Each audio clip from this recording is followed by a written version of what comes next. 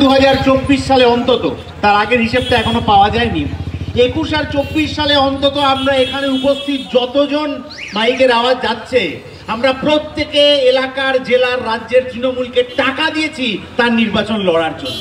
সে আপনি সমর্থন করুন বা না করুন কিছু যায় আসে না, কিন্তু তৃণমূল আপনাকে টাকা দিতে বাধ্য করেছে, কানমূলে টাকা নিয়েছে নির্বাচন লড়ার জন্য। কিভাবে জানেন তো?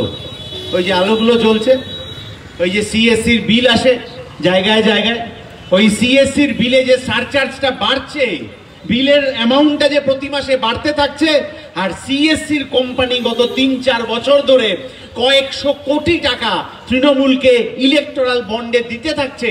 মানে আপনার পকেটের টাকা লুট করে, আমার পকেটের টাকা লুট করে তৃণমূলকে সমর্থন করি কি করি না সেটা বড় কথা নয়, টাকাটা দিতে হচ্ছে তৃণমূলকে, কারণ তৃণমূলের নেতারা ভোটে লড়বেন, ভোটে জিতবেন। লড়লে তো জিতবে কেউ একজন হারবে, কিন্তু বুথের থেকে উল্টো দিকে সমস্ত লোকজনকে বার করে দিয়ে ভোটে জিতবেন, কারণ ক্ষমতায় থাকতে হবে। আরে ক্ষমতায় থাকতে হলে কিছু কাজ করতে হয়। অনেক ছোটবেলায় স্পাইডারম্যান বলে একটা সিনেমা এসেছিল আমাদের সময়, খুব বিখ্যাত সিনেমা ছিল। স্পাইডারম্যানের একটা খুব বিখ্যাত ডায়লগ ছিল, যে ছেলেটি স্পাইডারম্যান হয়েছিল আসলে পিটার নাম সম্ভবত ছিল সিনেমায়। সেই পিটারের কাকা তাকে বলেছিলেন, with great power comes great responsibility. মানে তুমি যদি ক্ষমতাশালী হও, তোমার অনেক দায়িত্ব বেড়ে যাবে। তৃণমূল আমাদের রাজ্যে ক্ষমতাশালী হয়েছে, কিন্তু তৃণমূলের দায়িত্ব বাড়েনি। যদি দায়িত্ব বাড়তো, তাহলে মুর্শিদাবাদে এই যে ঘটনা গত কয়েকদিন ধরে ঘটে যাচ্ছে, এবং সেই মুর্শিদাবাদের ঘটনাকে কেন্দ্র করে গোটা 4-5টা আমাদের চারপাশে যেরকম বিষিয়ে দেওয়ার চেষ্টা করা হয়েছে, কখনো মুর্শিদাবাদকে ধরে, কখনো জম্মু কাশ্মীরকে ধরে, এই ঘটনা আমার রাজ্যে ঘটতে পারতো না। বহু দূরে, মানে ধরুন এখানে যদি আপনার বাড়ি হয়, উল্টোডাঙ্গা ছাড়িয়ে ডিভিসির ওই অফিস ছাড়িয়ে আরো মানিকতলার দিকে গেলে ওখানে দুদল লোকের মধ্যে একটা গন্ডগোল বেঁধে গিয়েছিল। ইস্যুটা কি ছিল? বললো ওয়াকফ আইনটা বাতিল করে দিতে হবে, তার জন্য গন্ডগোল। কেন লোকের মধ্যে গন্ডগোল লেগে গেল সেটা আজ অব্দি আমাদের পুলিশ বলতে পারেনি। তারপরে ঝামেলা লেগেছে যে কয়েক কিলোমিটার দূরে, আর তার থেকে কয়েক কিলোমিটার দূরে জাফরাবাদ বলে একটা জায়গা, যেখানে আগে কখনো মানুষে এরকম লড়াইয়ের ইতিহাস নেই, সেখানে মানুষের মধ্যে গন্ডগোল বেঁধে গেল। এটা যদি পুলিশ প্রশাসন আগে থেকে জানতে না পারে, পুলিশের ইন্টেলিজেন্স আগে থেকে জানতে না পারে, তাহলে তারা কেন চাকরি করছেন, তার অ্যাকাউন্টেবিলিটি কি, সেই প্রশ্ন কি করতে হবে না? একই ঘটনা তো কাশ্মীরের ক্ষেত্রে আমরা বলতে পারি। এই যে কাশ্মীরে যে ঘটনা ঘটেছে, সেই ঘটনা ঘটার পর আমার দেশের প্রধানমন্ত্রী, আমার দেশের স্বরাষ্ট্রমন্ত্রী, আমার দেশের মিডিয়া, যারা গণতন্ত্রের চতুর্থ স্তম্ভ, তারা অনেকগুলো কথা বলছেন। কিন্তু কথাটা হচ্ছে এই, যে যদি কাশ্মীরে এই ধরনের ঘটনায় আর্মির ইন্টেলিজেন্সের কাছে খবর ছিল না যে এরকম একটা ঘটনা ঘটতে পারে, যদি ওদের কাছে খবর না ছিল, তাহলে যে প্রধানমন্ত্রী 19 তারিখে কাশ্মীরে রেলের একটি প্রকল্পের উদ্বোধন করতে যাওয়ার কথা ছিল, সেই প্রকল্প উদ্বোধন হঠাৎ করে বাতিল হয়ে গেল কেন, সেই প্রশ্নের জবাব আজ অব্দি প্রধানমন্ত্রীর দপ্তর আমাদেরকে দেয়নি। যে বলার চেষ্টা করা হচ্ছে যে আরে ওখানে তো ভোট হয়ে গেছে, ওখানে তো আব্দুল্লাহরা জিতে গেছে, তাহলে গোটাটা ওর ব্যাপারে ছিল। কিন্তু কেন্দ্রশাসিত অঞ্চল, সেটা দিল্লি হতে পারে, সেটা জম্মু কাশ্মীর হতে পারে, সেখানকার পুলিশ, সেখানে সেনা মোতায়েন হবে কি হবে না, গোটা স্বরাষ্ট্র ব্যবস্থাটা আসলে কেন্দ্রীয় সরকারের হাতে থাকে। মানে অমিত শাহর দপ্তর, যে অমিত শাহ ওই ঘটনার দায় নিয়ে আজ অব্দি একটা কথা বলেননি। আসলে রাজনীতিবিদ হলেই তিনি যে মানুষের মতো মানুষ হবেন এরকম কোনো কথা নেই। জম্মু কাশ্মীরের মুখ্যমন্ত্রী, যিনি কার্যত ঢাল তরোয়ালবিহীন নিধিরাম সর্দার, কারণ রাজ্যের পুলিশ প্রশাসন জম্মু কাশ্মীরের মুখ্যমন্ত্রীর কথায় চলে না, তিনি পর্যন্ত বলেছেন যে আমি তো আমার রাজ্যে বাইরের মানুষকে ডেকে এনেছিলাম, হ্যাঁ আমি দায় নিচ্ছি, আমাকে দায় নিতে হবে, কারণ আমার রাজ্যে ঘটেছে। আর অমিত শাহ, যার দপ্তরের মধ্যে পড়ছে ওখানকার পুলিশ, যার দপ্তরের মধ্যে পড়ছে ওখানকার আর্মি, তার ইন্টেলিজেন্স, তারা কিন্তু এখনো কোনো কথা বলেন। আচ্ছা, সন্ত্রাসবাদী হামলা কি আগে হতো না? হ্যাঁ হতো। কংগ্রেসের আমলে কি হয়নি? হ্যাঁ 100 বার হয়েছে। আপনি সেই সময়ের পুরনো ভিডিও যদি খুলে দেখেন, দেশের প্রধানমন্ত্রী, দেশের স্বরাষ্ট্রমন্ত্রীকে, তার আর্মি ইত্যাদির ব্যবস্থাকে, ইন্টেলিজেন্স ব্যবস্থাটাকে ক্রমাগত আক্রমণ করেছে মিডিয়া। তাই করা উচিত। দেশের প্রধানমন্ত্রী, স্বরাষ্ট্রমন্ত্রীকে এই ধরনের সন্ত্রাসবাদী হামলার দায় নিতে হয়, কিন্তু এখন তীরটা উল্টো দিকে ঘুরিয়ে দেওয়া হয়েছে। যখন সর্বদলীয় বৈঠক হচ্ছে পহেলগাঁওয়ের এই সন্ত্রাসবাদী আক্রমণের পর, সেই সর্বদলীয় বৈঠকে সমস্ত রাজনৈতিক দল বলেছে যে আমরা কেন্দ্রীয় সরকারের পাশে আছি, ব্যবস্থা হোক সন্ত্রাসবাদীদের বিরুদ্ধে। শুধু একজন সেখানে বলার সুযোগ পাননি যে উনি সন্ত্রাসবাদের বিরুদ্ধে লড়বেন, বলার সুযোগ পাননি। জানেন ভদ্রলোকের নাম? আমার দেশের প্রধানমন্ত্রী। জম্মু কাশ্মীরের পহেলগাঁওয়ে ওই ধরনের একটা সন্ত্রাসবাদী হামলা হওয়ার পরে সর্বদলীয় বৈঠক বাদ দিয়ে বিহারে ভোট প্রচারে চলে গেছিলেন। তাহলে দেশ আগে না দল আগে? এই প্রশ্ন যারা বামপন্থীদের দিকে ছুড়ে দেয় তাদের নিজেদের উত্তর দিতে হবে যে প্রধানমন্ত্রীকে আগে এই প্রশ্নের উত্তর দিতে হবে যে প্রধানমন্ত্রীর কাছে বিহারের ভোটটা আগে না পহেলগাঁওতে সন্ত্রাসবাদী আক্রমণ যেটা হলো সেই আক্রমণের জবাব দেওয়াটা আগে? উত্তর দিতে হবে। এটা উত্তর দিতে হবে যে বিজেপি ক্ষমতায় থাকাকালীন এই ধরনের ঘটনা আগেও ঘটেছে। 2000 সালে শিখ পরিচয়কে কেন্দ্র করে এই ধরনের 36 জন মানুষের হত্যা হয়েছিল, যেরকম এখন হয়েছে হিন্দু পরিচয়কে ধ্বংস করে। এবার সেই একই আক্রমণে, যে আক্রমণে কিছু হিন্দু মানুষজন মারা গেলেন, সেই আক্রমণেই একটি মুসলিম ছেলে ওইখানকার টাট্টু ঘোড়ার ব্যবসা করতো, পর্যটনের সাথে যুক্ত ছিল যে ছেলেটা, সেও মারা গেল। সেটা বড় কথা নয় যে কে হিন্দু মারা গেল কে মুসলিম মারা গেল। গোটা দেশে যত মানুষ ছিলেন তারা প্রত্যেকেই ঘটনার নিন্দা করলেন, কিন্তু বিজেপির তো কাজটা হচ্ছিল না। ফলে বিজেপির ভাড়া করা কিছু মিডিয়ার লোকজন সোশ্যাল মিডিয়াতে রাস্তাঘাটে ছড়াতে আরম্ভ করলেন যে এইসব সেকুলারদের জন্য এই দেশে গন্ডগোলটা বেঁধেছে। আরে সেকুলাররা তো সরকার চালাচ্ছে না, মার্ক্সবাদী যারা আছেন তারা তো সরকার চালাচ্ছেন না। তাও যত মানুষ সেকুলার আছেন, যারা মার্ক্সবাদী আছেন, তারা বলেছেন যে কেন্দ্রীয় সরকার ব্যবস্থা নিক, কিন্তু গোটা আক্রমণের তীরটা ঘুরে গেল এদের দিকে। কেন? কারণ সামনে নির্বাচন আছে, বিহার আছে, এরপরে পশ্চিমবাংলা আছে, বেশি দেরি নেই। ফলে গোটা আক্রমণের তীরটা ঘুরে গেল ওই দিকে। আমরা বললাম যে ঠিক আছে, আমাদেরকে যদি দুটো গাল দিলে সন্ত্রাসবাদীরা ভয় পেয়ে যাক, অসুবিধা নেই। কিন্তু এতদিন হয়ে গেল এই ঘটনাটা, এখন অব্দি আমার দেশের কেন্দ্রীয় সরকার যথোপযুক্ত ব্যবস্থা নিতে পারেনি। শুধুমাত্র ওই ইমরান খান কি বিলাবল ভুট্টোর ফেসবুক অ্যাকাউন্টটা ভারতবর্ষে ব্যান করে দিলে, আর কিছু পাকিস্তানি অভিনেতা অভিনেত্রীদের ভারতবর্ষে এসে মুম্বাইতে সিনেমা করা ব্যান করে দিলে আসলে সন্ত্রাসবাদের বিরুদ্ধে জবাব দেওয়া হয় না। ঠিক যেমন আমাদেরকে বোঝানো হয়েছিল যে ওই যে 500,000 টাকার নোট বাতিল হয়ে গেলেই আসলে সন্ত্রাসবাদীরা জব্দ হয়ে যাবে। ওই মিডিয়ার লোকজনের একাংশ আমাদেরকে বুঝিয়েছিলেন যে 2000 টাকার নোটের ভেতর নাকি চিপ ভরা থাকবে। ওই টাকাটা দিয়ে আপনি যেরকম ফুলুরি কিনতে যান বাজারে, ওই টাকাটা দিয়ে অস্ত্র কিনতে গেলে ওই চিপ নাকি খবর পাঠিয়ে দেবে কোথায় অস্ত্র কেনা হচ্ছে, আর সন্ত্রাসবাদীরা জব্দ হয়ে যাবে। নোট বাতিল হয়ে গেল 2016, আর আজকে 2025। 2014 থেকে আজকের তারিখ অবধি আমি বিজেপির নেতাদের চ্যালেঞ্জ করতে পারি এই সংখ্যাটার জন্য। 2014 থেকে আজকের তারিখ অবধি গোটা ভারতবর্ষ জুড়ে 690টা সন্ত্রাসবাদী হামলা হয়েছে, যেখানে 200-র ওপর ভারতীয় সেনাকর্মী শহীদ হয়েছেন, সাধারণ মানুষ মারা গেছেন প্রায় কার্যত সমসাময়িক। তাহলে কি জবাব দেবেন যারা বললেন নোট বাতিল হলে সন্ত্রাসবাদ ধ্বংস হয়ে যাবে, যারা বললেন জম্মু কাশ্মীরের যদি স্পেশাল স্ট্যাটাস ছিনিয়ে নেওয়া হয়, কেন্দ্রশাসিত অঞ্চল করে দেওয়া হয়, তাহলে সন্ত্রাসবাদ ধ্বংস হয়ে যাবে? পহেলগাঁও হামলার 1 সপ্তাহ আগে আমার দেশের স্বরাষ্ট্রমন্ত্রী বলছেন যে সন্ত্রাসবাদীরা হামাগুড়ি দিচ্ছে। আপনি ফেসবুকে খুঁজলেই পাবেন, একেবারে অন্ধভাবে আমার কথা বিশ্বাস করবেন না। স্বরাষ্ট্রমন্ত্রী ইন্টারভিউতে বলছেন যে আমার দেশে সন্ত্রাসবাদীরা হামাগুড়ি দিচ্ছে। সেই হামাগুড়ি দেওয়া সন্ত্রাসবাদীরা এই ধরনের জায়গা খুঁজে আক্রমণ করে চলে গেল, জবাব হবে না? হ্যাঁ, জবাব হয়েছিল পরের দিন। কোনো একটি অচেনা জায়গায় সন্ত্রাসবাদীদের সাথে ভারতীয় সেনার লড়াইতে এই ভারতীয় সেনার এক হাবিলদার ঝন্টু আলী শেখ শহীদ হয়েছিলেন। আচ্ছা, বিজেপির নেতারা যারা ওই যে ধর্ম ইত্যাদি দেখে হিসেব করছিলেন, যারা কেন এইভাবে ধর্ম দেখে মারা হলো বলে এই আক্রমণটা সেকুলার লোকেদের ওপর, ধর্মনিরপেক্ষ লোকেদের ওপর, মার্ক্সবাদীদের ওপর টেনে আনছিলেন, সেই বিজেপির নেতারা কিন্তু বিতান অধিকারীর বাড়িতে গেলেও, সমর গুহের বাড়িতে গেলেও ঝন্টু আলী শেখের বাড়িতে যাওয়ার প্রয়োজন বোধ করে উঠতে পারেননি। আর এইখানে বামপন্থা, আমরা বিতান অধিকারীকে, সমর গুহকে কি ঝন্টু আলী শেখকে আলাদা করে দেখি না, কারণ ওরা সেই ভারত মাতার সন্তান, ওরা সেই ভারতবর্ষের সন্তান যে ভারতবর্ষ বৈচিত্র্যের মধ্যে ঐক্য শিখিয়েছে, যে ভারতবর্ষ মিলে সুর মেরা তুমারা শিখিয়েছে, যে ভারতবর্ষ শিখিয়েছে সন্ত্রাসবাদের ধর্ম জাত হয় না। আসলে আপনি বলবেন যে না, এই যে এটা হয়ে গেল, ঠিক কথা। আমি আপনাকে একটা উল্টো উদাহরণ দিতে পারি। নিশ্চয়ই এই ক্রান্তিকালে এই ধরনের উদাহরণ দেওয়া মানে আমি পাল্টা যুক্তি খাড়া করছি না, কিন্তু কিছুদিন আগে যা বাস্তব তাই বাস্তব। কিছুদিন আগে ভারতীয় রেলে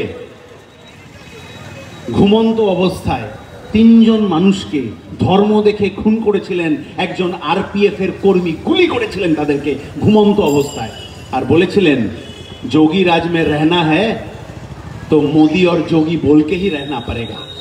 আমরা বলতে চাই না যে তার মানে আসলে সমস্ত মানুষ এইভাবে খারাপ হয়ে গেছেন, একদম না। কিন্তু ওই যে মালেগাঁও বিস্ফোরণ, যে মালেগাঁও বিস্ফোরণে বিজেপির সাংসদ সাধ্বী প্রজ্ঞা ঠাকুর যুক্ত ছিলেন, যে ওই প্রজ্ঞা ঠাকুর গোটা সময়টা গেরুয়া বসন পরে ভোটের প্রচার করেছেন, ভোটে জিতেছেন, সংসদে গিয়েছেন, আজকে এনআইএ কেন্দ্রীয় তদন্তকারী সংস্থা যখন বলছে মালেগাঁও বিস্ফোরণের অভিযুক্ত সাধ্বী প্রজ্ঞা ঠাকুরকে চরমতম শাস্তির ব্যবস্থা করা হোক, আমরা এটা কখনো বলবো না, এটা বলা উচিত নয়, এটাই অমানবিকতা। যে গেরুয়া বসন পরা একজন অভিযুক্ত হয়েছে মানে গোটা গেরুয়া বসন পরা সমস্ত লোক খারাপ, এটা বলা ভুল। আসলে বিজেপি চাইছে এই কথা আমাদের মুখ দিয়ে বার করতে, আসলে বিজেপি চাইছে এমন একটা জিগির তুলে দেওয়ার ব্যবস্থা হবে যাতে ধর্মের ভিত্তিতে, জাতের ভিত্তিতে, পোশাকের ভিত্তিতে মানুষকে টুকরো টুকরো টুকরো টুকরো করে ভাগ করা যাবে। সন্ত্রাসবাদীরা জানে তো সিস্টেমটা, সন্ত্রাসবাদীরা জানে বলেই তো এমন এমন ব্যবস্থা তারা নিচ্ছে যাতে করে আসলে আমার দেশের মৌলবাদের সুবিধা হচ্ছে। মৌলবাদ এক পক্ষের হয় না, সংখ্যাগুরুর মৌলবাদ হয়, ধর্মীয় সংখ্যাগুরুর মৌলবাদ, ধর্মীয় সংখ্যালঘুর মৌলবাদ হয়, শুধু ভারতবর্ষে না, অন্যান্য রাজ্যেও হয়, অন্যান্য দেশেও হয়। কিন্তু সংখ্যাগুরুর মৌলবাদ এবং সংখ্যালঘুর মৌলবাদ ধর্মকে ব্যবহার করে রাজনীতি করে আসলে নিজেদের সুবিধা করে দিতে চায়। ববি হাকিম যদি ওই কথাটা না বলেন একটি মিটিংয়ে গিয়ে যে আমরাই একদিন সংখ্যাগুরু হব, কোনো চিন্তা করবেন না, তাহলে আসলে শুভেন্দু অধিকারী তারপরের দিন ওই কথা বলতে পারেন না যে অমুক ধর্মের সমস্ত বিধায়কদের চ্যাংদোলা করে রাস্তার বাইরে ফেলে দেব। এই কথা বলতে গেলে, শুভেন্দু অধিকারীকে এই কথা বলতে গেলে আসলে ববি হাকিমকে তার আগের দিন একটু ফুলটস বলটা দিতে হয় যাতে শুভেন্দু অধিকারী ব্যাটে ভালো করে ছক্কা মারতে পারবেন। এগুলো সব আগে থেকে ঠিক করা থাকে, এবং আগে থেকে ঠিক করা থাকে বলেই এই ধরনের কথা বলার পরও না আমার রাজ্যের মন্ত্রীর বিরুদ্ধে আমার রাজ্যের সরকার, বিধানসভার স্পিকার কোনো ব্যবস্থা নিয়েছেন, না বিরোধী দলনেতার বিরুদ্ধে আজ অব্দি কোনো ব্যবস্থা নেওয়া হয়েছে। 10 বছর ধরে তৃণমূলে থেকে, ওটাকে খুব ভালো বাংলায় কি যেন বলে, চর্বচস্য লেজ্জ পেও, গোটাটা দখল করে নিয়ে পকেট ভরে, পেট ভরে, মন ভরে কোটি টাকার সম্পত্তি বানানোর পরও যখন বিজেপিতে চলে গেলেন এই বর্তমান বিরোধী দলনেতা, তৃণমূলের কোনো তাবর নেতার ক্ষমতা হয়নি কোচবিহার থেকে কাকদ্বীপ পর্যন্ত একটা থানায় শুভেন্দু অধিকারীর বিরুদ্ধে একটা এফআইআর করার। কেন? এই যে 25,752 লোকের চাকরি চলে গিয়েছে, এর মধ্যে যোগ্য ছেলেমেয়েরা আছে যারা পড়াশোনা করেছে, কোনো দিকে বই ছাড়া অন্যদিকে চোখ তুলে তাকায়নি, পরীক্ষায় ভালো ভালো ফলাফল করেছে, তারপরও তার চাকরিটা আজকে চলে গেল। কেন? 16 সালের ক্যাবিনেট মিটিং, আমাদের যেরকম ডিওয়াইএফআই এর মিটিং হয়, রাজ্য মন্ত্রিসভার ওইরকম মিটিং হয়। 16 সালের সেই ক্যাবিনেট মিটিং, মুখ্যমন্ত্রীর একদিকে বসে রয়েছেন মাননীয় ববি হাকিম, আরেকদিকে শুভেন্দু অধিকারী, তারা মিলে ঠিক করছেন যে ওই সব যোগ্য অযোগ্য ফযোগ্য দেখার দরকার নেই। আমাদের পাড়ার নেতারা, ব্লকের নেতারা পাড়ায় পাড়ায় টেবিল চেয়ার পেতে বসে 8 লাখ, 10 লাখ, 12 লাখ, 15 লাখ করে টাকা তুলেছে, ফলে যাদের থেকে টাকা নিয়েছি তাদের চাকরি দিতে হবে। আর আজকে আমি ওই যে শুরুতে বললাম না, এই মাইকের খরচাটা কে দিয়েছেন 100 টাকায় কুপন দিয়ে, আমাদের কাছে তার তালিকা রয়েছে। পাড়ার তৃণমূলের নেতাদেরকে বলে যেতে চাই যে আপনারাও দাদা তালিকা তৈরি করে রাখবেন, কারণ ওই যে ছেলে মেয়েটাকে টাকা দিয়ে চাকরি পেতে আপনি বাধ্য করেছেন। 11 সালের পর চোখের সামনে কি দেখছিলাম আমরা, প্রাইমারি হোক, আপার প্রাইমারি হোক, টেট হোক, পিএসসি হোক, মিসলেনিয়াস হোক, সমস্ত পরীক্ষায় তৃণমূলের নেতাদেরকে টাকা না দিলে চাকরি হচ্ছিল না। ফলে ঘটি বাটি বিক্রি করে, রাজারহাটের ভেতরের ওইটুকু 1 চিলতে জমি বিক্রি করে বাপ মাতার শেষ সম্বলটা দিয়ে তার ছেলে মেয়ের মুখের দিকে তাকিয়ে ওই টাকাটা তৃণমূলের নেতার হাতে তুলে দিয়েছিলেন। আর আজকে যখন চাকরিটা চলে গেছে, ওই তৃণমূলের নেতাকে বলবো এফডি ভাঙিয়ে আনুন, আর যা সম্পত্তি করেছেন ওটা বিক্রি করে আনুন। ওই ছেলে মেয়েগুলো আপনার বাড়িতে গিয়ে কালকে কলিং বেল বাজাবে, যে টাকা লুট করে ওই টাকা ফেরত দিয়ে যেতে হবে আপনাকে। আর যোগ্যদের চাকরির ব্যবস্থা যদি করতে না পেরেছেন, তাহলে ওই পশ্চিমবাংলার গদিতে থাকার কোনো অধিকার আপনার থাকার কথা নয়। কি করছেন তা বলছেন বিকাশ বাবুই আসলে সবার চাকরি খেয়ে নিয়েছেন। খুব ভালো, বিকাশ বাবুকে গাল দিলে যদি কারুর মনের শান্তি হয়, আমরা কারুর মনের শান্তি বিঘ্ন ঘটাতে চাই না। কিন্তু বিকাশ বাবু কাদের হয়ে মামলাটা লড়েছেন? যারা বঞ্চিত চাকরি প্রার্থী, ওই অযোগ্যদের চাকরি হওয়ার জন্য যে কয়েক হাজার যোগ্য ছেলে মেয়ে চাকরি পায়নি, তাদের হয়ে বিকাশবাবু মামলা করেছেন। আরে কোর্ট কি প্রেমিক প্রেমিকার ঝগড়ার মতো নাকি, যে খুব অভিমান হলো, ঝগড়া হলো, তারপরে কোনো একজন, যে কেউ একজন হয় প্রেমিক বা প্রেমিকা বলে আচ্ছা ঠিক আছে যাও, সব আমার ভুল, কাল থেকে আবার আমাদের মধ্যে একই রকম সম্পর্ক থাকবে। কোর্ট এইভাবে চলে না। সেখানে আবেগের থেকে যুক্তির দাম সবসময় বেশি। নিয়ম কি বলছে, সংবিধান কি বলছে, আইন কি বলছে। এই যখন হাইকোর্টে মামলা চলছিল 25,752 লোকের চাকরি নিয়ে, তখন হাইকোর্ট বারংবার কমিশনকে বলেছেন যে আপনাদের কাছে যদি যোগ্য অযোগ্যর তালিকা থাকে তাহলে আমাকে দিন। যোগ্য অযোগ্যর তালিকা পাওয়া যাবে কি করে? ওএমআর শিট থেকে। যে শিটের মধ্যে ছাত্রছাত্রীরা পরীক্ষা দিয়েছে, যার ডিজিটাল কপি এসএসসির কাছে কম্পিউটারে থাকার কথা, সেই 25,752 কেন, শুধুমাত্র যত লোক পরীক্ষা দিয়েছেন, কয়েক লক্ষ ছেলেমেয়ে পরীক্ষা দিয়েছেন, তাদের চাকরির ওএমআর শিট কোর্টে দিয়ে দিলেই প্রমাণ হয়ে যেত দুধ কা দুধ পানি কা পানি। কার চাকরি যোগ্য কার অযোগ্য এমনি প্রমাণ হয়ে যেত। এসএসসি বলেছে আমরা দিতে পারিনি। তারপরে হাইকোর্ট সুপ্রিম কোর্টে মামলা চলেছে 1 বছর, এসএসসি দিতে পারেনি যোগ্য অযোগ্যের তালিকা। তারপরে চেয়ারম্যান আর শিক্ষামন্ত্রী পাশে বসিয়ে বলছেন যে কি একটা অমুক কি একটা সম্মান না কবে বললেন, ওই দিন আমরা দিয়ে দেব। তারপরে সন্ধ্যেবেলা যখন চাকরি প্রার্থীরা ওখানে গিয়ে বসে রয়েছে, তখন আর চেয়ারম্যানকে খুঁজে পাওয়া যাচ্ছে না। চেয়ারম্যান 3 তলায় বসে রয়েছেন, বেরোতে পারছেন না। চাকরি প্রার্থীরা গোটাটা ঘিরে রয়েছে। আরে ওটা তো ওর সারা জীবনের স্বপ্ন, গোটা জীবনটাকে দাওতে বাজিতে লাগিয়ে দিয়েছে এই তৃণমূলের সরকার। 6 বছর 7 বছর ধরে চাকরি করেছে। একটা ভালো মোটামুটি একটা সরকারি স্থায়ী চাকরি মানে কি? সে একটা বাড়ির জন্য লোন করে ফেলতে পারে, সে নিজের পরিবারকে একটু ভালোভাবে রাখবে বলে তার জীবনযাত্রার মান আর একটু উন্নয়ন ঘটিয়ে দিতে পারে, যেরকম বামফ্রন্ট সরকার আগে করেছিল। 77-এর আগে স্কুল শিক্ষকদের মাইনে কত ছিল আপনারা জানেন? দুবেলা হাড়ি চলতো না। 77-এর পর এসে ধাপে ধাপে ধাপে ধাপে স্কুলে শিক্ষকদের যে মাইনে বাড়ানোর ব্যবস্থা বামফ্রন্ট সরকার করেছে, জীবনযাত্রার মান উন্নয়নের ব্যবস্থা করেছে। আজকে 2016 সালে চাকরি পাওয়ার পর 17, 18, 19, 20 চাকরি করতে করতে করতে করতে একটা ধাপে উঠে গেছিলেন সেই শিক্ষকরা। আজকে তাদের গোটা জীবনটা নষ্ট হয়ে যাচ্ছে এই চোরেদের জন্য। তারা বলছেন আমরা বুঝতে পারছি না কে যোগ্য কে অযোগ্য। কেন বুঝতে পারছি? ঠিক আছে, ওএমআর শিটটা দেখলেই বোঝা যায়। তাহলে কি ওই পোড়া কুপনের মতো ওএমআর শিট পুড়িয়ে দেওয়া হয়েছে? আমরা জানি না। ওই তৃণমূলের গাদা গাদার নেতা তারা জেল খাটছিলেন, এখন কিছু কিছু আবার জামিনে ছাড়া চালু হয়েছে, কারণ 26-এর ভোট আছে। দিদিকে বলতে গিয়ে যদি জামিনটা না হয় তাহলে বিজেপিকে মিস কল মারলে জামিন হয়ে যেতে পারে। এবং যখন এই ধরনের ঘটনা ক্রমাগত বাড়তে থাকে, চাকরি চুরির ঘটনা বাড়তে থাকে, মেদিনীপুরের জাল স্যালাইনের ঘটনা বাড়তে থাকে, আরজি করের ঘটনার বিচার আজ অব্দি আর সন্দেহ অব্দি হতে না পারে, তখন আসলে মানুষের নজর ঘুরিয়ে দেওয়ার চেষ্টা করা হয় অন্য কিছুতে। তার জন্য মুর্শিদাবাদকে ডেকে ডুকে আনতে হয়, তার জন্য এমন একটা পরিবেশ পরিস্থিতি সৃষ্টি করতে হয় যাতে করে মানুষ হাতে রাস্তায় অস্ত্র নিয়ে নেমে পড়ে। কিছু কিছু মানুষ, সবাই নন। আর অস্ত্র নিয়ে নেমে পড়ছে মানে আপনি কি মনে করছেন আপনার পাড়ার এখানে বুথে সকালবেলা বয়স্ক বামপন্থী পোলিং এজেন্টকে যে ছেলেটা এসে দাদু এবার বাড়ি যাও অনেক হয়েছে বলে তুলে দিল, ওর বাড়িতে যন্ত্রণা নেই? হ্যাঁ আলবাত আছে। ওর তো চাকরিটা তৃণমূলের সরকার দিতে পারেনি, তাহলে কিভাবে হবে? ও তো সরকারের কাছেই গেছিল, বলছে ঠিক আছে তোকে কিছু টাকা পয়সা তো দেবো, ওকে আগে এখান থেকে তুলে দে। গোটা সিস্টেমটা এইভাবেই হচ্ছে। এই যে গোটা উত্তর 24 পরগনার একাংশ জুড়ে, কলকাতার একাংশ জুড়ে সিন্ডিকেট রাজ হচ্ছে। সিন্ডিকেট রাজ মানে কি? গোটা পাড়ায় পাড়ায় আগে আমরা নজরে রাখতাম কোথায় খেলার মাঠ আছে, কোথায় কি হচ্ছে না হচ্ছে এইসব। এখন নজরে কি রাখছে? এখনকার অল্প বয়স্ক ছেলেদের একাংশ নজরে রাখছে কোথায় একটা পুরনো, এইটা একটা পুরনো বাড়ি মনে হচ্ছে, তাহলে ওই বাড়িটা ভাঙাই হতে পারে। 6 নম্বর ওয়ার্ডের পাঁচু এসে ওই বাড়িটা ভাঙবে, আর 9 নম্বর ওয়ার্ডের খোকা এসে ওইখানে ইট বালি চুন সুরকির সাপ্লাই দেবে, আর সেইটা নিয়ে নিজেদের মধ্যে মারামারি লেগে যাবে। কারণ যত বাড়ি হবে তত পয়সা হবে, যত পয়সা হবে তত এমএলএ, এমপি, কাউন্সিলর, পঞ্চায়েত প্রধান হওয়ার খিদেটা বাড়বে। আমি বলছি, ওই যে মদনবাবুর ইন্টারভিউটা দেখে নেবেন আপনি। মদনবাবু বলেছেন আমি 2 কোটি টাকা দিয়ে এমএলএ হলাম, সাপোজ আর কি উদাহরণ হিসেবে বলেছে যে আমি 2 কোটি টাকা দিয়ে এমএলএ হলাম, আমি যদি 5 বছরের টাকাটা তুলে নিতে পারি তো ভালো, আর যদি তুলতে না পারি তাহলে আমার লস। কে লস করতে চাইবে বলুন তো ব্যবসায় নেমে? রাজনীতি মানে যদি ব্যবসা হয়ে গিয়ে থাকে তাহলে কে লস করতে চাইবে? তাহলে যত টাকা দিয়ে তারা এমএলএ হচ্ছেন, এমপি হচ্ছেন, কাউন্সিলর হচ্ছেন, কি বুথের কিছু একটা সভাপতি সম্পাদক হচ্ছেন, 5 বছরের সেই টাকা তুলে নিতে চাইবে। তার জন্যই তো পাড়ায় পাড়ায় বসে টাকা তোলার ব্যবস্থা। আর তার জন্যই তো হাসপাতালগুলোতে জাল স্যালাইন ঢুকিয়ে ওখান থেকে ঘুরপথে টাকা আনার ব্যবস্থা। এই যে মেদিনীপুরে যে জাল স্যালাইনের ঘটনাটায় যে সংস্থা অভিযুক্ত, মেদিনীপুরের ঘটনার 1 বছরেরও বেশি সময় আগে কর্ণাটক সরকারের একটি হাসপাতালে তাদের স্যালাইনের গুণমান খারাপ ধরা পড়েছিল। কর্ণাটক সরকার পশ্চিমবাংলার স্বাস্থ্যমন্ত্রী, যার নাম মাননীয় মমতা বন্দ্যোপাধ্যায়, তাকে চিঠি পাঠিয়েছিলেন যে পশ্চিমবঙ্গ ফার্মাসিউটিক্যাল নামে সংস্থা, তার স্যালাইনের গুণমান খারাপ, আপনারা চেক করবেন। পশ্চিমবঙ্গ সরকার চেক করলো, 25টা না 27টা স্যাম্পেল চেক করেছিল, তার মধ্যে 20টার ফলাফল এসছে, তার মধ্যে 16টাতেও গুণমানে পাস করতে পারেনি, খারাপ মানের কোয়ালিটি ছিল।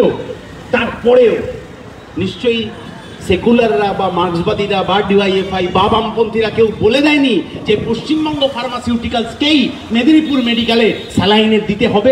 কে বললেন সেটা? কোন কর্তার অর্ডারে কারা টেন্ডার দিয়ে মেদিনীপুরে ওই জাল স্যালাইনের জিনিস চালু করলো? আর এই জাল স্যালাইনের প্রসূতি মৃত্যুর ঘটনা যখন মিছিল হচ্ছে, মিছিল করে কমরেডরা বাড়ি ফিরেছেন, মেদিনীপুরের প্রত্যন্ত গ্রামে রাত 1:45-র সময় বাড়িতে গিয়ে পুলিশ দরজা ঠকঠক করছে। দরজা খোলার পর জিজ্ঞেস করছে, আপনি কি সকালে আরজিকরের ওইখানে মিছিলে গেছিলেন? আপনি কি সকালে মেদিনীপুরের ঘটনার মিছিলে গেছিলেন মেদিনীপুর শহরে? বলছে স্যার রাত 1:45 বাজে। বলছে না, এটা তো আমাদের করতে হয় জানেন। ডিওয়াইএফআই এর রাজ্যের এক নেত্রী আরজিকরের ঘটনার সময় গোটা রাতভর ওই লড়াইতে ছিলেন। তার স্বামীকে ডেকেছে কলকাতা পুলিশ, মানসিকতাটা খালি বুঝবেন। তার স্বামীকে ডেকেছে কলকাতা পুলিশ, জিজ্ঞেস করছে, পুলিশের অফিসারের সাথে কথোপকথন হচ্ছে ডিওয়াইএফআই নেত্রীর স্বামীর। বলছে কি করেন দাদা আপনি, একটু ভালো করে নিজের বউকে আটকে রাখতে পারেন না বাড়িতে? মানে এই মানসিকতা নিয়ে আমার রাজ্যের পুলিশ চলবে। আমরা তো জানি এই মানসিকতা বিজেপি আরএসএস এর আছে। আরএসএস মনুবিধান মেনে চলে, মনুসংহিতা মেনে চলে। মনুসংহিতা কি বলেছে? বলেছেন নারী শৈশবে পিতার অধীনে, যৌবনে স্বামীর অধীনে, আর বার্ধক্যে পুত্রের অধীনে থাকবে, তার বাইরে নারীর কোনো অস্তিত্ব নেই। এটা আরএসএস মেনে চলে। এটা আলাদা প্রশ্ন যে বিজেপি করেন যে মহিলা কর্মীরা তারা ভালো করে মনুস্মৃতি পড়েননি, সেটা আমি বলতে পারি না। কিন্তু এইটা বিজেপির ভাবনা, সেটা তৃণমূলের পুলিশের মুখ দিয়ে কেন আসবে? কারণ তৃণমূল এবং বিজেপি আসলে একই ধরনের রাজনীতি করে। আমি বলছি না, এই যে দিলীপ বাবুর গত 2-3 দিন খুবই টিভিতে মিডিয়ায় আবার চর্চায় ফিরে এসছেন, দিলীপ ঘোষের ইন্টারভিউর মধ্যে আছে ওই কথাটা যে মমতা ব্যানার্জিকে আমরা আসলে মন্দির পলিটিক্সে নামালাম। মানে আপনি যাই করুন না কেন, বিজেপি করুন কি তৃণমূল করুন, সেটা বড় কথা নয়।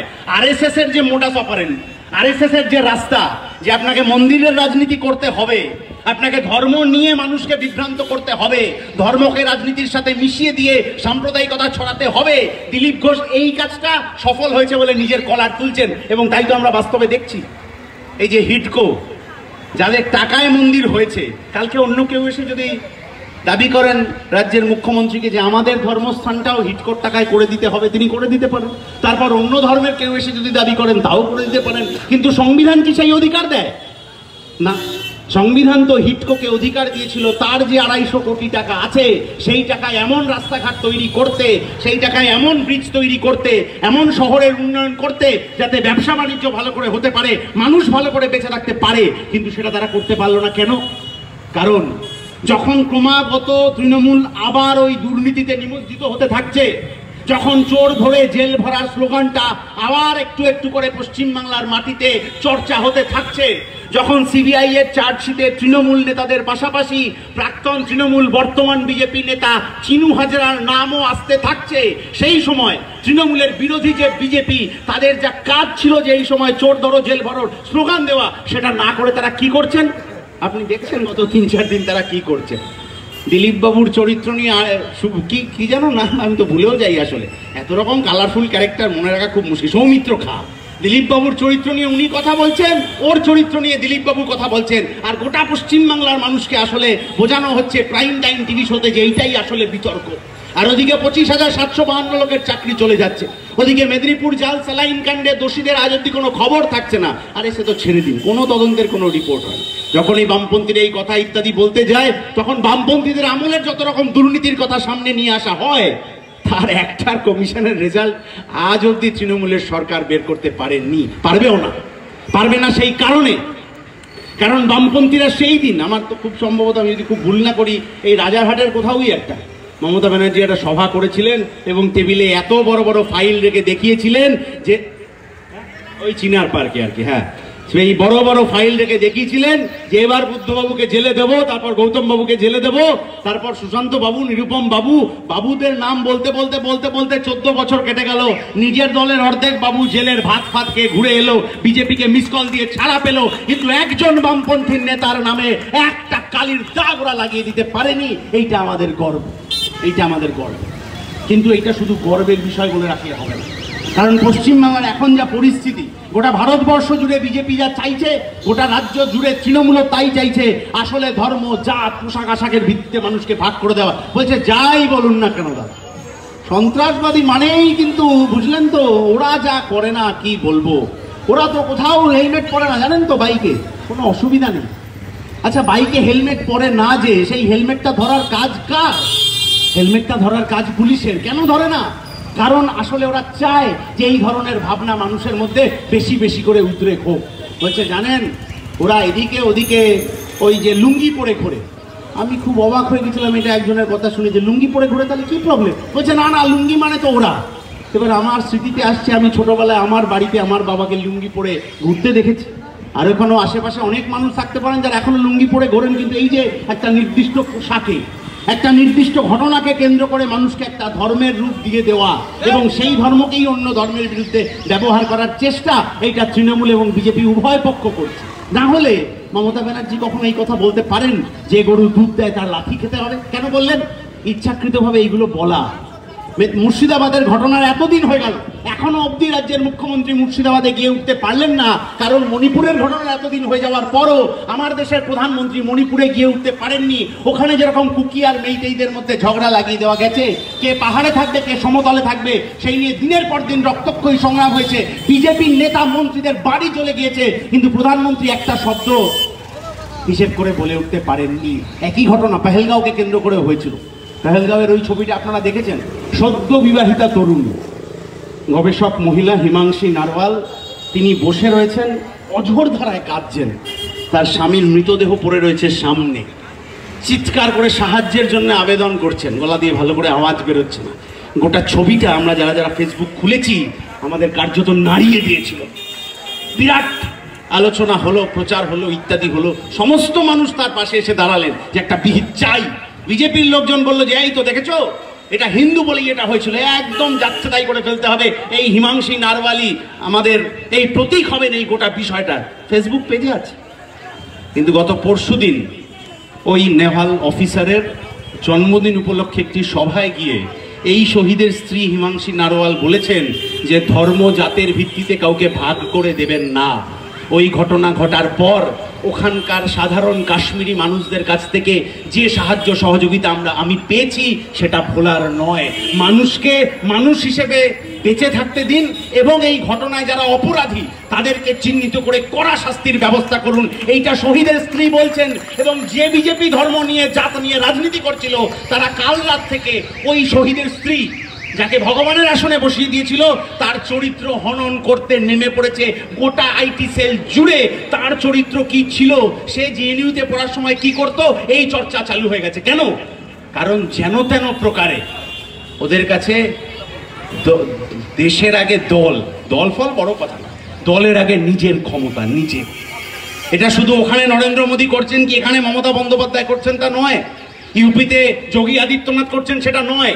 এই যে মহারাষ্ট্রে তৃতীয়বার ক্ষমতায় আসার পর ওই মহারাষ্ট্রের দেবেন্দ্র ফডনবিস একই রকম পদ্ধতি চালু করেছেন।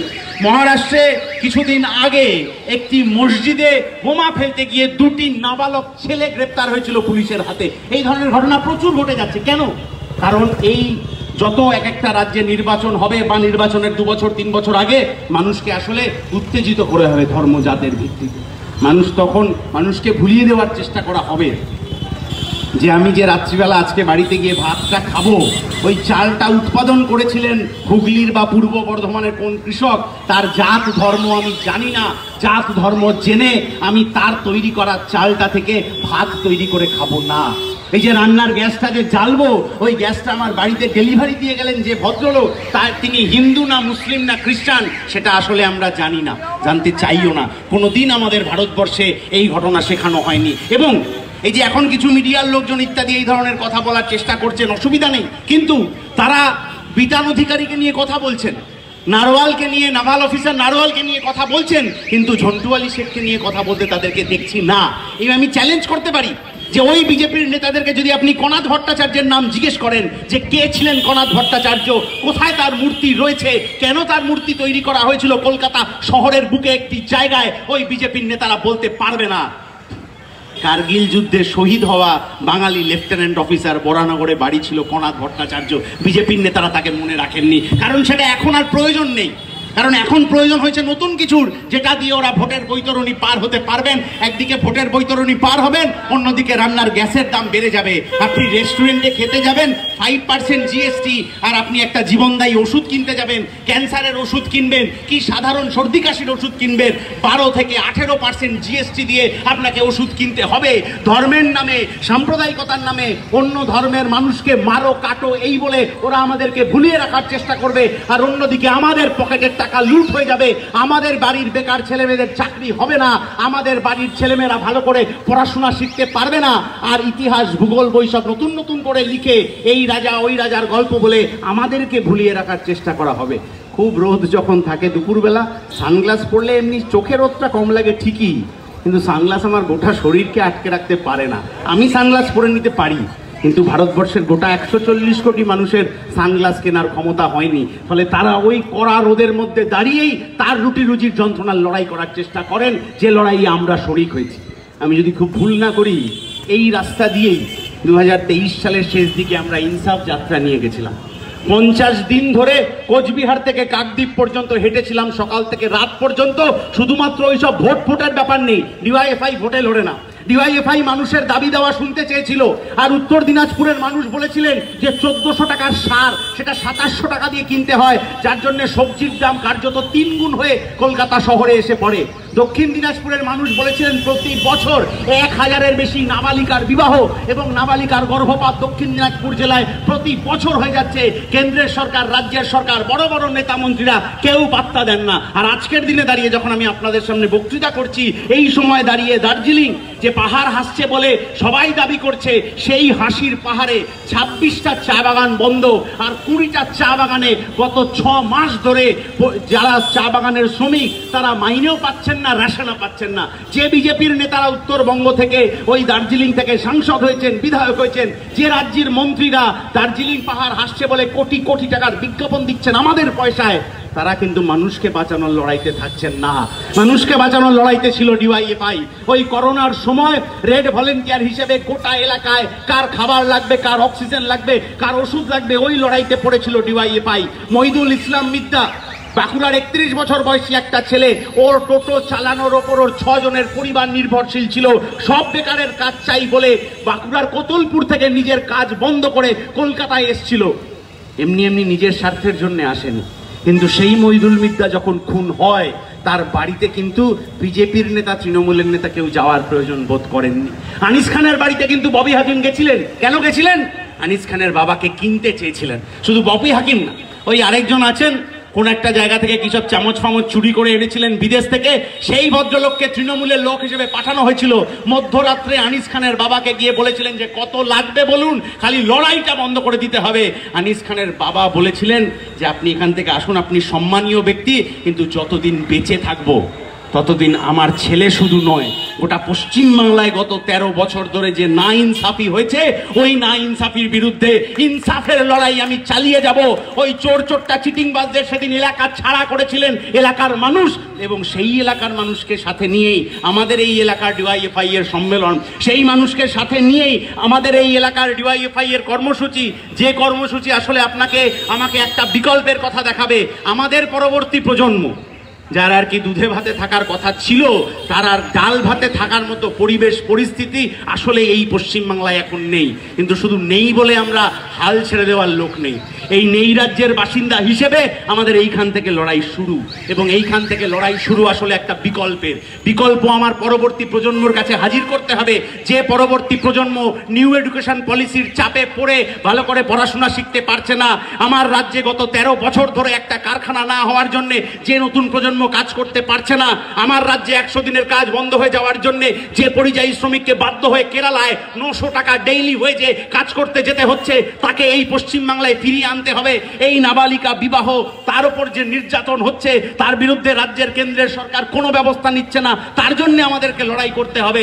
আর আরজিকরের লড়াই মানে শুধু আরজিকর নয়, পার্ক স্ট্রিট, কামদুনি, খরজুনা, রানীনগর, গেদে, কাটোয়া, ধূপগুড়ি, হাঁসখালি, আরো অনেকগুলো বলে ফেলা যায়।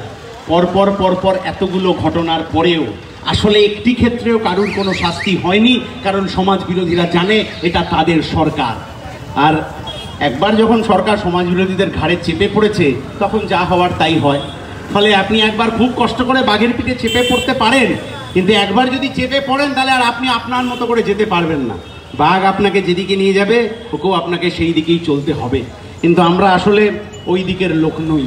গোটা পশ্চিমবাংলার ইতিহাস গত 13 বছর ধরে যা লেখা হয়েছে, এবার সেটা বদলানোর সময় এসছে। শিকারির গল্প আমরা সবাই জানি।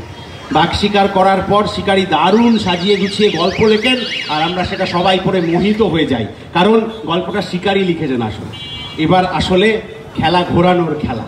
এবার আসলে গল্পটা লিখবে ওই বাঘেরা, যে নিরস্ত্র অবস্থায় শুধু তার চোখের চাউনি দিয়ে ওই অস্ত্রশস্ত্র হাতে থাকা শিকারির দিকে হালুম করে তেড়ে যেতে পারে এবং ওই শিকারিকে এলাকা ছাড়া করাতে পারে। এই বাঘেদের গল্প লেখার জন্যে আগামী প্রজন্মের ডিওয়াইএফআই প্রস্তুত। ওই বাঘেদের লড়াই করার জন্যে চোর চোরটা চিটিংবাজদের জেলে পাঠানোর লড়াই করতে ডিওয়াইএফআই প্রস্তুত। কে গতকাল কোথায় ছিল, কার অক্সিজেন কমে গেছে বলে দলবদল করতে হবে, ওটা আমাদের হিসেবের দরকার নেই। চোর চোরটা চিটিংবাজদের জন্যে, সারদা নারদা রোজ ভ্যালির টাকা চোরেদের জন্যে, নিয়োগ দুর্নীতিতে দুষ্কৃতীদের জন্যে ডিওয়াইএফআই ওই ঝান্ডাটা যথেষ্ট।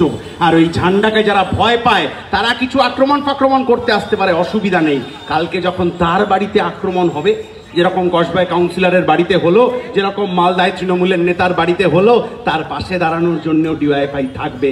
কারণ এই মানুষকে নিয়েই আমাদের কাজ। আর মানুষ জুড়তেই এই পশ্চিমবাংলার গত 13 বছরের কালো দিনগুলোকে, কালো রাতগুলোকে মুছে দিয়ে একটা নতুন সুন্দর উজ্জ্বল পশ্চিমবাংলায় দিকে এগিয়ে নিয়ে যাওয়ার যে লড়াই, আজকে যে নবনির্বাচিত ডিওয়াইএফআই লোকাল কমিটি তারা সেই কাজ সম্মানের সাথে, সাফল্যের সাথে বুক চিতিয়ে বাঘের মতো লড়াই করে করতে পারবে, এই আশা ভরসা নিয়ে আমার কথা এখানেই শেষ করছি। বিপ্লব দীর্ঘজীবী হোক।